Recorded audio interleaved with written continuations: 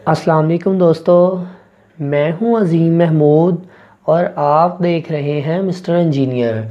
दोस्तों, आज की इस वीडियो में हम एसएमडी रजिस्टर्स की वैल्यू को फाइंड करने का तरीकाकार सीखेंगे।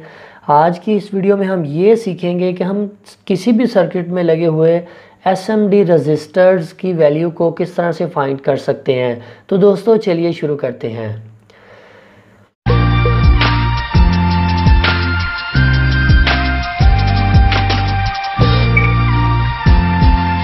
जी तो दोस्तों, जैसा कि आप लोग ये देख सकते हैं, हमारे पास इस वक्त ये एक एम्पलीफायर की पीसीबी है और इसके अलावा ये एक एनर्जी सेवर की पीसीबी है।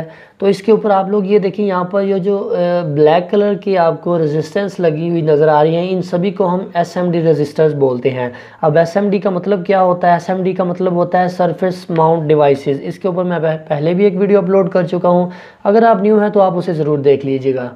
तो दोस्तों चलिए स्टार्ट करते हैं। सबसे पहले मैं आप लोगों को ज़रा फोकस करके ये दिखाने की कोशिश करता हूँ कि एसएमडी रजिस्टर्स की वैल्यू क्या क्या है। यहाँ पर आप लोग ये देखें कि यहाँ पर 220 लिखा हुआ है, ऊपर 680 लिखा हुआ है, उसके ऊपर 1R5 लिखा हुआ है, उसके ऊपर 334 लिखा हुआ है। अब आपको कैसे पता चलेगा कि ये कितने ओम की रेजिस्टेंस हैं? एक नॉर्मल बंदा जो कि इसको देखेगा, इसके ऊपर 220 लिखा हुआ है, वो तो यही समझेगा ये 220 ओम की रेजिस्टेंस है, हालांकि ऐसे होता नहीं। तो दोस्तों चलिए हम इसे फाइंड करते हैं कि कैसे हम इसकी पता चलाएं कि ये कितने ओम की रेजिस्टेंस है। दोस्तों इस रेजिस्टेंस को फाइंड करना बहुत ही आसान है। सबसे पहले मैं कुछ वैल्यूज़ लिख लेता हूँ, जितनी भी इसके ऊपर रेजिस्टेंस लगी हुई है मैं उन सब की वैल्यू को दर्ज कर लेता हूँ, फिर उसे फाइंड जी तो दोस्तों मैंने यहाँ पर वैल्यूज़ को लिख लिया है। अब मैं आप लोगों को इसका बेसिक फार्मूला समझाऊंगा कि इसे आपने कैसे कैलकुलेट करना है। अब मिसाल के तौर पर हम 220 को ही ले लेते हैं। यहाँ पर मैं लिख लेता हूँ 220। अब इसका मतलब ये नहीं कि ये 220 ओम की रेजिस्टेंस है। किसी भी रेजिस्टेंस के ऊपर जो लिखा होता है वो उसकी एक्चुअल रेजिस्टेंस नहीं होती, मतलब आप उसको फाइंड करना होता है।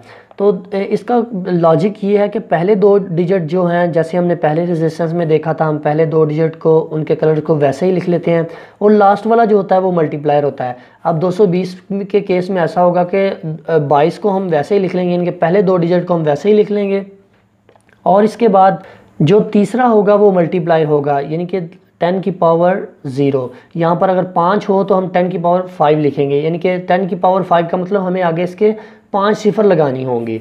तो अब अगर हम इसे कैलकुलेट करें तो ये 22 ओम बनती है। तो चलिए हम बाकी को भी फाइंड कर लेते हैं। ये 220 का हमें पता चल गया कि ये 22 ओम हो गई।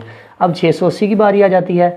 680 में जैसे मैंने आपको पहले बताया कि पहले दो डिजिट को आपने ऐसे ही लिख लेना है, 68, आगे 0 है, 10 की पावर 0, वो ज़ीरो ही कंसीडर होगा। तो इसका मतलब ये है ये 68 ओम हो गई।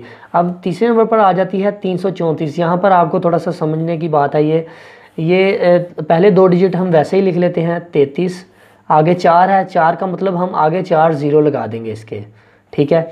अब यहाँ पर बात है कि हम इसे अगर रीड करें तो ये बनती है 3,30,000 ओम। तो इतनी लंबी रेजिस्टेंस को पढ़ने से बेहतर है कि हम इसे किलो ओम में कन्वर्ट कर लें। अब यहाँ पर मैं आप लोगों को एक और बात बताता चलूँ कि जो 3 ज़ीरो होते हैं वो मिलकर किलो ओम बनाते हैं। अगर यहाँ पर 6 सिफर होंगे तो वो एक मेगा ओम बनाएंगे। तो हमारे पास इस वक्त ये 4 हैं, 4 में से हम 3 को किलो में कन्वर्ट कर देते हैं। तो इसका मतलब ये होगा कि ये वाली रेजिस्टेंस हमारे पास 330 किलो ओम की हो जाएगी, क्योंकि ये 3 को हमने किलो कंसीडर कर लिया है। ये 330 किलो ओम बन जाएगी। अब आगे आ जाती है 1R5। ये भी समझने वाली बात है। 1 को हमने वैसे ही लिख लेना है, जहाँ पर भी R आ जाए आपने वहाँ पर डॉट लगा देना है। R का मतलब ये है कि आप ये रेजिस्टेंस है, ये पॉइंट्स में चली जाती है। 1 पॉइंट आगे 5 है, ये 1.5 ओम बन जाएगी। अब इसके अलावा हमारे पास 224 है। पहले दो डिजिट को हम वैसे ही लिख लेते हैं, 4 सिफर अगर हम आगे लगाते हैं तो वही हिसाब बन जाएगा, 220 किलो ओम हमारे पास बन जाएगी। इसके बाद ये 1K5 है। 1K5 का मतलब ये होता है, ये K का मतलब किलो, तो इसका मतलब ये होगा कि 1.5 किलो ओम बन जाएगी। अगर यहाँ पर 1M5 होता तो हमने 1.5 मेगा ओम लिखना था। अब लास्ट पर हमारे पास आ जाती है 103। 103 पहले दो डिजिट मैं वैसे ही लिख लेता हूँ, 3 आगे मैं सिफर लगा देता हूँ। तो इसका मतलब ये हो जाएगा कि ये तीनों मिलकर 1 किलो बना लेंगे। तो ये टोटल हमारे पास बन जाएगी 10 किलो ओम की एक रेजिस्टेंस। तो ये 10 किलो ओम। यहाँ पर आप कोई भी रेजिस्टेंस हो उसे बिल्कुल ऐसे बड़ी ही आसानी के साथ फाइंड कर सकते हैं। अब यहाँ पर एक और बात आ जाती है, कुछ रेजिस्टेंस 3 बैंड वाले होते हैं, कुछ 4 बैंड वाले। 4 बैंड वाले की मैं एक सेपरेट वीडियो बना दूंगा ताकि आपको डिटेल से समझा सकूं। अब यहाँ पर एक और बात आ जाती है, वो ये कि कई जगह पर आप लोगों को ये लिखा हुआ नज़र आता है ज़ीरो किसी भी रेजिस्टेंस के ऊपर। जैसे मैं यहाँ पर अगर आप लोगों को फोकस करके दिखाने की कोशिश करूँ तो आप लोग यहाँ पर अगर फोकस करें तो इस वाली रेजिस्टेंस के ऊपर ज़ीरो लिखा हुआ है। तो इस ज़ीरो का मतलब ये होगा कि ये एज ए जंपर है। ज़ीरो हम तो कुछ भी ना हुआ, इसका मतलब इसकी कोई मज़ाहमत नहीं, तो इसकी जो वैल्यू बनेगी वो 0 ओहम ही बनेगी। तो 0 ओहम का मतलब यानी कि ये एज ए एक जंपर वायर ही इस्तेमाल किया गया है, इसकी कोई मज़ाहमत नहीं है। अब यहाँ पर लास्ट पर मैं आप लोगों को एक मेगा ओम की भी समझा दूँ। मिसाल के तौर पर अगर 226 किसी रेजिस्टेंस के ऊपर लिखा होगा तो आपने यही समझ लेना है, पहले 2 डिजिट को आपने वैसे ही लिखना है। 6 का मतलब आगे आपने 6 सिफर लगानी है, 2 3 4 5 6, ये मैंने 6 सिफर लगा दी। 3 1 और 3 1, किलो और किलो मेगा, यानी कि ये 22 मेगा ओम बन गई, 22 मेगा ओम की रेजिस्टेंस बन गई। तो दोस्तों ये तो था आज का तरीकाकार कि आप किसी भी इलेक्ट्रॉनिक्स के सर्किट बोर्ड के ऊपर से, चाहे वो एनर्जी सेवर के ऊपर लगा हो, चाहे वो किसी भी इलेक्ट्रॉनिक्स के कंपोनेंट के ऊपर लगा हो, आप उसकी रेजिस्टेंस को किस तरह से फाइंड कर सकते हैं।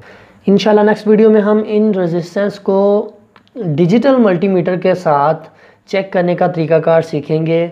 सो दोस्तों आई होप कि आपको आज की वीडियो पसंद आई है। अगर आपको आज की वीडियो पसंद आई है तो वीडियो को लाइक करें। अगर आप हमारे चैनल पर न्यू हैं तो मैं आप लोगों को यही रिकमेंड करूंगा कि आप हमारे चैनल मिस्टर इंजीनियर को ज़रूर सब्सक्राइब कर लें। सब्सक्राइब करने के लिए वीडियो के नीचे रेड कलर का बटन नज़र आ रहा होगा, उसके ऊपर क्लिक करके भी आप सब्सक्राइब कर सकते हैं। इसके अलावा वीडियो के लास्ट पर आप लोगों को मेरा फेस नज़र आ रहा होगा, उसके ऊपर भी क्लिक करके आप सब्सक्राइब कर सकते हैं। सो दोस्तों इसी के साथ मुझे अपनी दुआओं में याद रखिएगा। अल्लाह हाफिज़। पाकिस्तान जिंदाबाद।